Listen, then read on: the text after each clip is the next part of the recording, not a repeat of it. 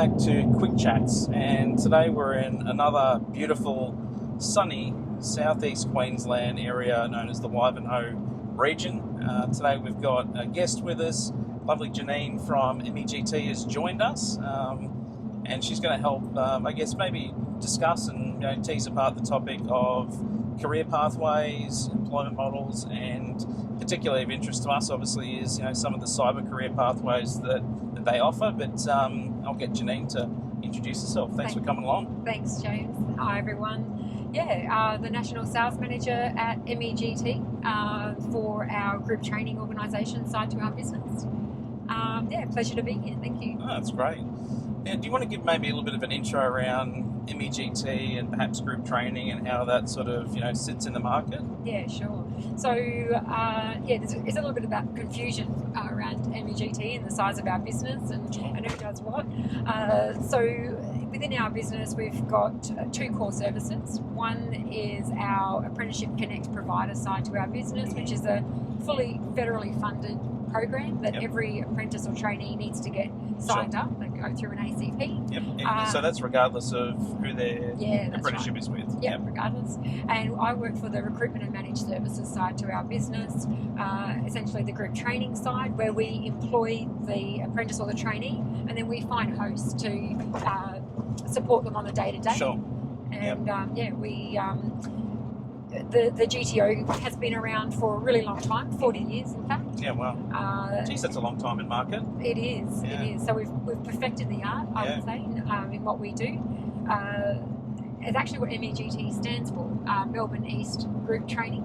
So that's how we came about. I won't hold it against you, from Melbourne. It's okay. So under the group training model, we actually recruit the talent. Yep.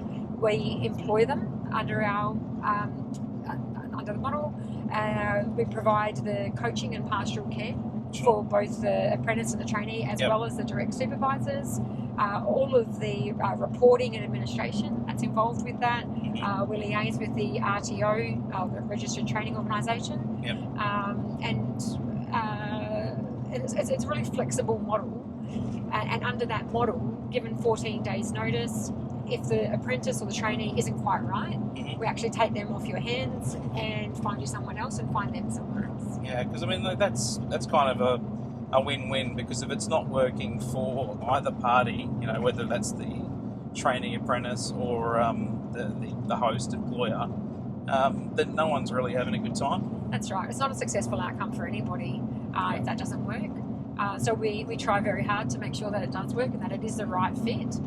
We actually have a recruitment team who specialise in sourcing the right talent. And we have a process in place which I guess minimises the risk involved, and we make sure that we try very hard to make sure we get it right every time. Sure. And when you say minimise the risk, is part of that benefit that you guys have got the infrastructure, for HR, pay rates, skills?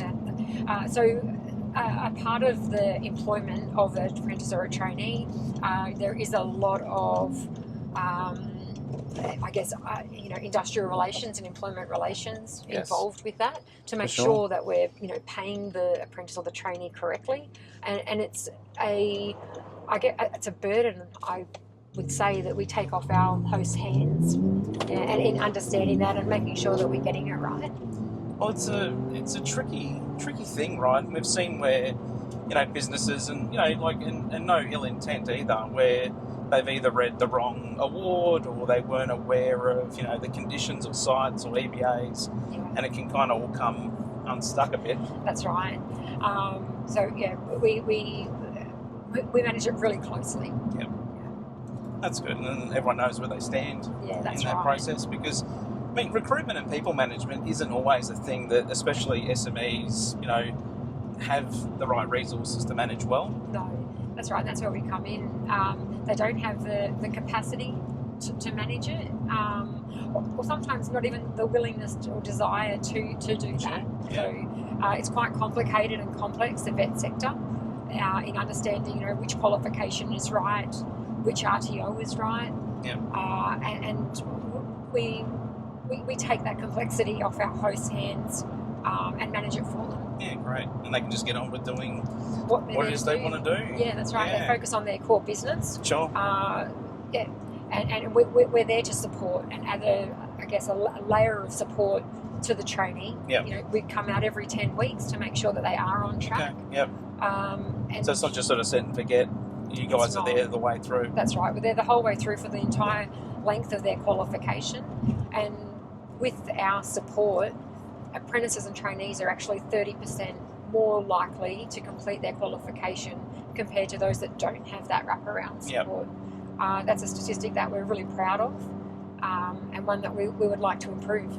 Yeah. I mean, look, that's an important thing, right? Because we know there's skills shortages across multiple industries, and obviously, we think about cyber and that market, the kinds of people that we need today that we don't have.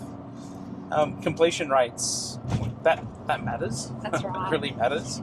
It really does matter. And when you're looking at the IT sector alone, it's in Australia, one of Australia's largest growing industries.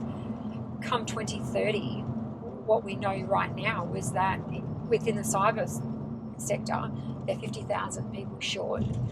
Within IT, they're 1.2 million people short come 2030. So we don't have a huge amount of time to bridge that gap. Sure. And that's what we're trying to achieve. Yeah. Now, I was really interested when we caught up at one of the industry events where we met, a little while back. But, you're mentioning some of the cyber career pathways, and obviously that kind of got our immediate ear. And, one of the reasons we wanted to have you on today was to kind of understand that a bit more, because there's kind of been, I guess, a history around the technology and digital career pathway sphere being a bit more oriented towards academia and maybe perhaps university pathways, although TAFE's been around a long time. The kind of, career traineeships that you guys offer, what does that look like? Yeah. So one of the products that we're really proud of is our Microsoft traineeship, which is a certificate for in IT with Microsoft micro-credentials. Right. There's a suite of 21 micro-credentials to choose from.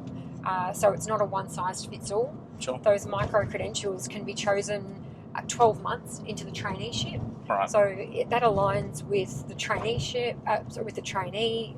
It aligns with the business or the host as well, where they have differing business needs. And those micro-credentials could be cybersecurity, could be AI, it could be more traditional, so networking, database, Python, cloud type micro-credentials. There's a huge range that it makes the traineeship more exciting as well. Yeah. So it's a bit more a la carte than just sort of one stream. That's right. Yeah. And you touched on before around the university pathway, which is your traditional pathway within the IT sector. It's not the only way. And that's what we're having conversations with potential hosts around. Instead of attracting that talent and your interns or your degree qualified people, that's not the only option that you have with building your workforce and building that capability within your organisation. There are other ways that you can do it, and this is a great way to do it. On the job training for the trainee, it's great because they're getting paid to learn. And the host is getting somebody who is someone that may be a better fit for their business for those softer skills. I'm keen to understand then, with host employers, are they coming from the technology space, or are they SMEs or all walks? So you would kind of think that typically it would be the larger organisations that maybe have a more mature IT team that they're trying to build. In fact, a lot of SMEs are coming to us now and asking and seeing the value in building that team within their own businesses, particularly in the cyber space, and making sure that their business is set up to succeed. And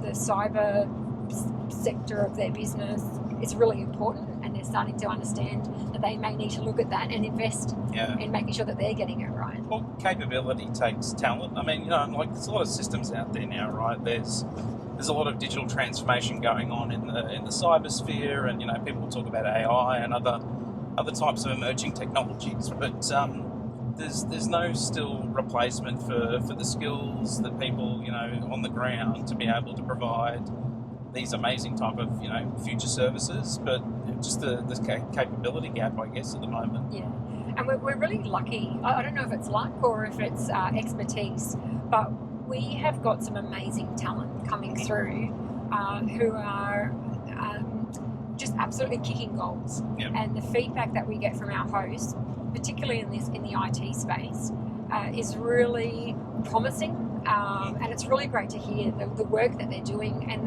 the contribution that they're making to the hosts. It's wonderful. Yeah. And where are these newcomers coming to industry? Like, where are they coming from, and what are they looking for? Yeah. All walks of life. Yeah. So these are young, first-time